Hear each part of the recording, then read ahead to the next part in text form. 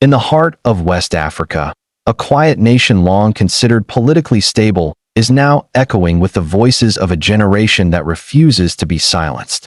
Togo, a country of barely 8 million people, has suddenly found itself at the center of a storm.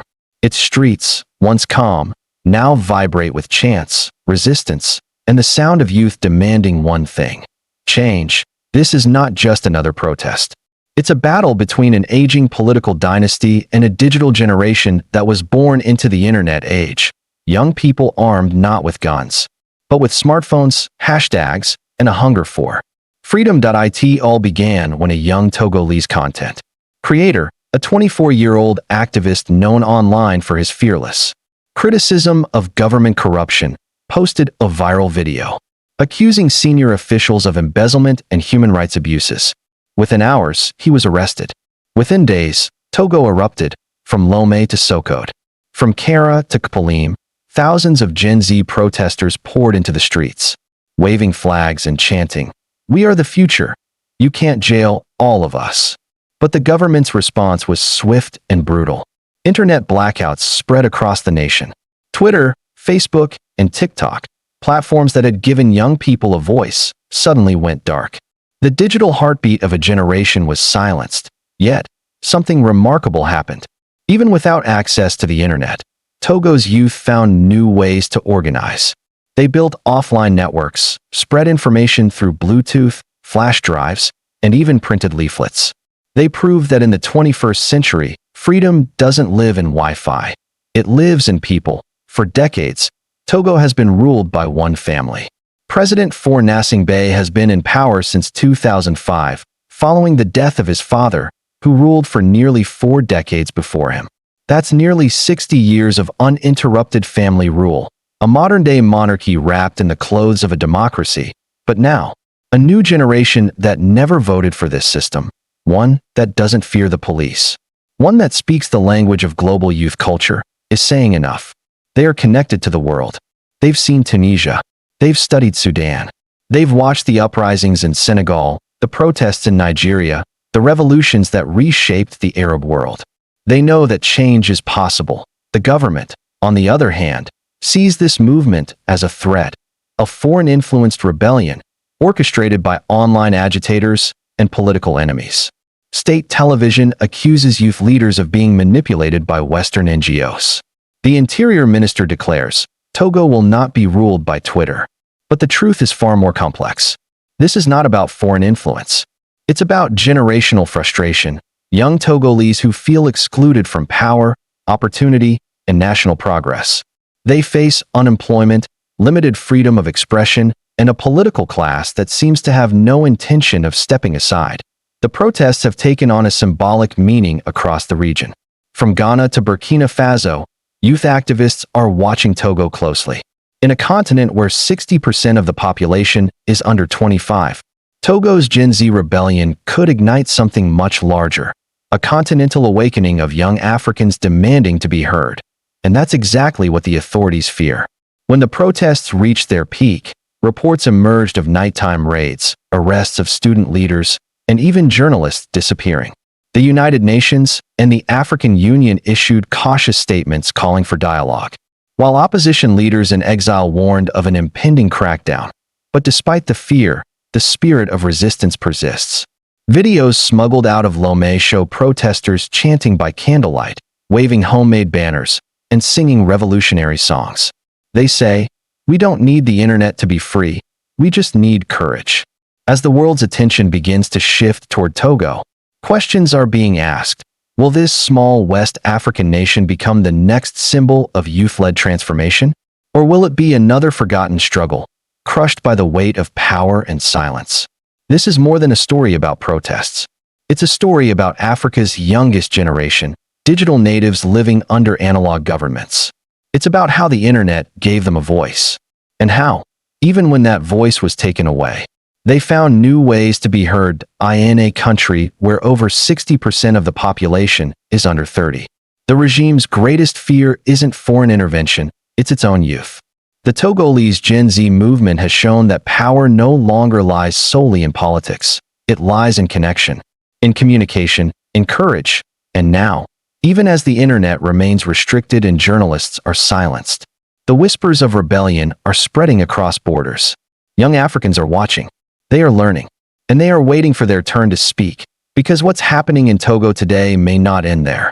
It may just be the spark of a new African awakening, one that no blackout, no firewall, and no government can stop.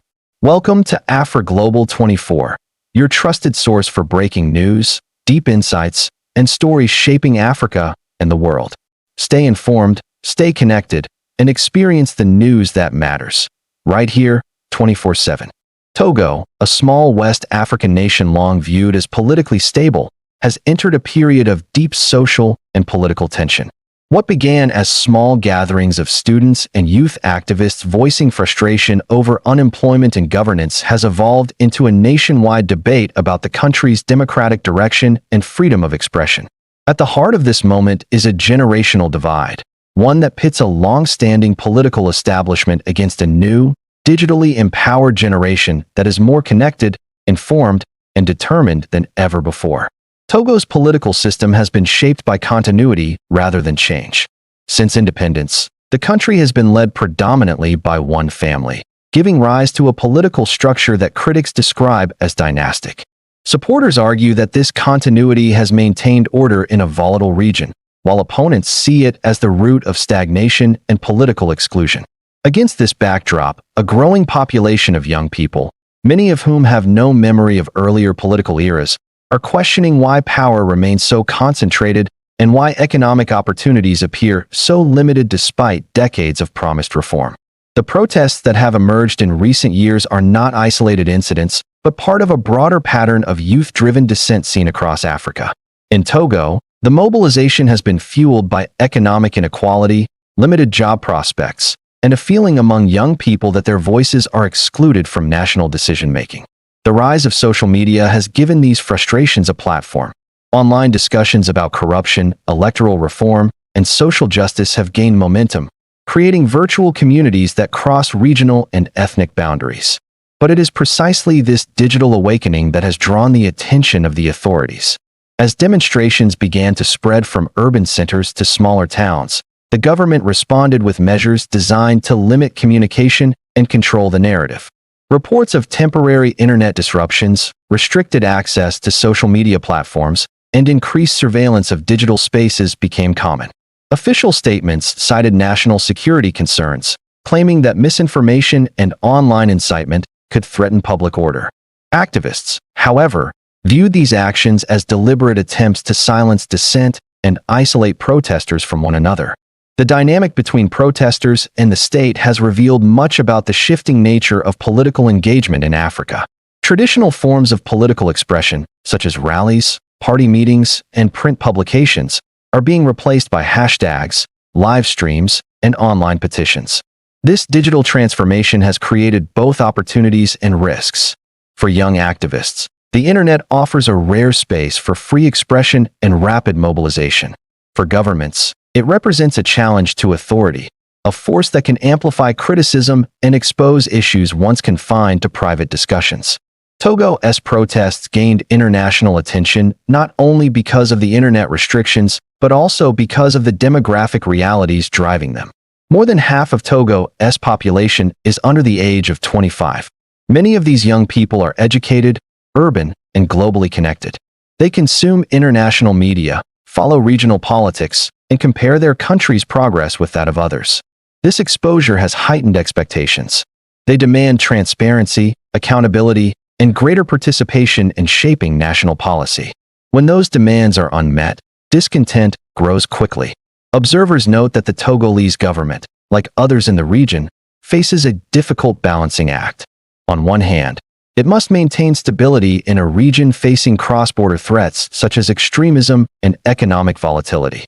On the other hand, it must address internal calls for political renewal without triggering further unrest. Authorities argue that reforms are underway and that protests risk undermining the country's image and investor confidence. Protesters counter that promises of reform have too often gone unfulfilled and that without open dialogue and tangible change, frustration will only deepen. The internet restrictions have become a central symbol in this struggle. Cutting access to digital communication has long been used by governments during periods of unrest. The tactic aims to prevent coordination among demonstrators and limit the spread of viral images or videos that could inflame public opinion. However, in the modern context, such blackouts often have the opposite effect, drawing global scrutiny and reinforcing perceptions of repression. In Togo's case, the temporary suspension of social media sparked criticism from human rights organizations and prompted solidarity messages from youth movements across Africa. The events in Togo have also raised broader questions about governance in the digital age. Across Africa, governments are grappling with how to regulate online spaces that have become arenas of political activism. Some have introduced cybercrime laws that critics say can be used to target journalists and dissidents. Others have sought to create national internet gateways that allow for greater state control over data traffic. These measures, while justified on grounds of security or moral order, often blur the line between regulation and censorship. The Togolese experience illustrates the tension between technological progress and political control, a tension likely to define governance in Africa for years to come. Economically, the protests highlight underlying challenges that go beyond politics. Youth unemployment remains high, particularly among university graduates. Many young people turn to the informal sector or seek opportunities abroad. Those who stay often face precarious work and limited upward mobility. These realities fuel resentment and erode confidence in the state's ability to deliver on its promises. As long as economic grievances persist, political discontent will continue to find new expressions, whether in the streets or online. Regionally, the situation in Togo resonates with similar movements across West Africa. In Senegal, Nigeria, and Burkina Faso, young people have also mobilized against perceived corruption and lack of opportunity. The NSARS movement in Nigeria and youth-led protests in Senegal have shown how digital activism can translate into real-world political pressure.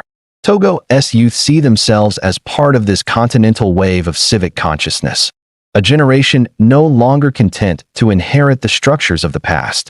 They seek inclusion, transparency, and a redefinition of what governance means in an age of connectivity. Internationally, reactions to Togo's protests have been cautious. Multilateral organizations and foreign governments have called for restraint and dialogue, emphasizing the need for respect of human rights while avoiding direct confrontation with the authorities. Diplomatic observers note that Western countries, while advocating democratic values, often prioritize regional stability and counterterrorism cooperation in their engagement with African states.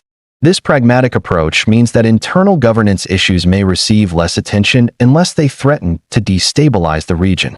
Inside Togo, the response from civil society has been measured but persistent. Journalists, religious leaders, and human rights organizations continue to call for transparency and accountability. Independent media outlets, though operating under pressure, have played a crucial role in documenting events and providing alternative narratives to official statements. Their work highlights the importance of press freedom in contexts where public trust in institutions is fragile. The repeated cycles of protest and restriction underscore the need for deeper institutional reform rather than temporary crisis management.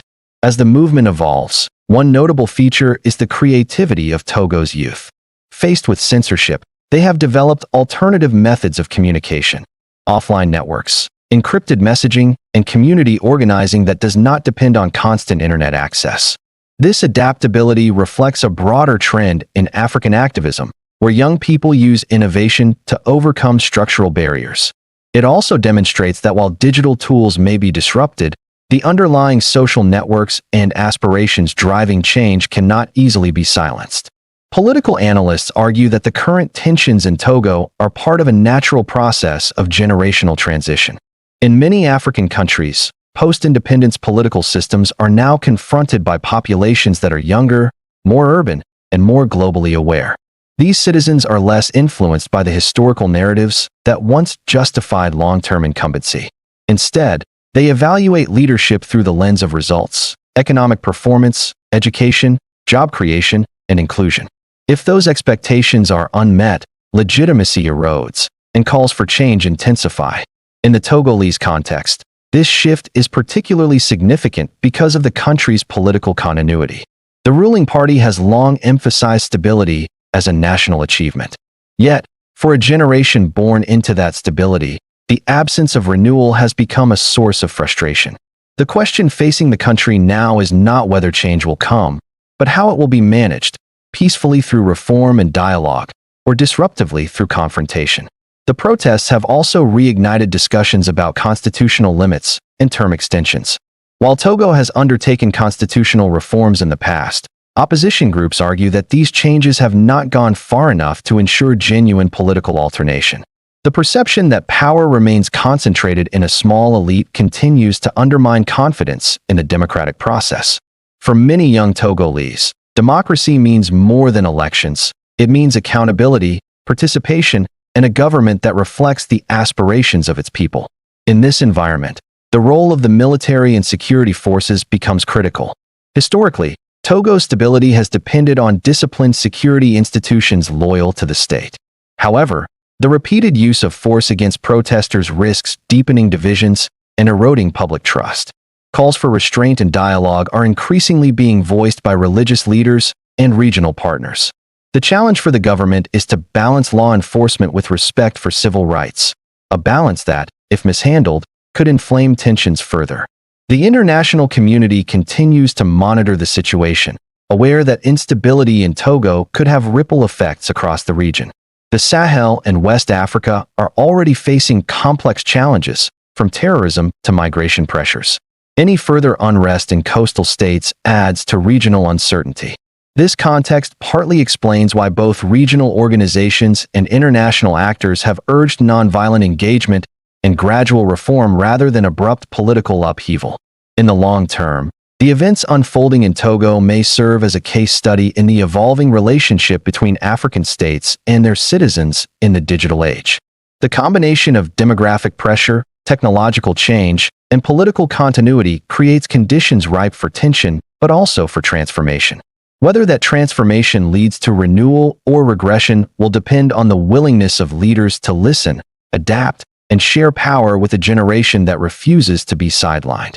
For now, Togo's youth remain at the center of this unfolding story. They continue to demand transparency, jobs, and genuine participation in their nation's future. The government continues to emphasize stability and order. Between these two forces lies the question of how a nation moves forward, whether through suppression or through reform, whether by silencing its youth or by embracing their energy as a source of progress. In many ways, Togo's struggle mirrors that of the continent itself, a young, dynamic population seeking to redefine its place in a world where old systems no longer suffice. The story is far from over. The protests may subside, the internet may return, but the aspirations of a generation cannot be switched off. They remain connected to one another, to their region, and to a shared vision of an Africa where governance reflects the people's will, not the privilege of power. Togo's Gen Z movement is more than a moment of unrest. It is a signal, a sign that Africa's political future will be shaped not just by leaders, but by the voices of its youth.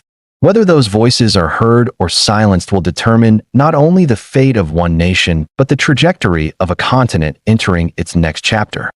You've been watching AfriGlobal 24, your window into Africa and the world. If you found this video informative, don't forget to like, share, and subscribe to stay updated on the latest stories shaping our continent and beyond. Hit the notification bell so you never miss a report. And join the conversation in the comments below. Until next time, this is AfriGlobal 24, bringing Africa closer to the globe 24 hours a day.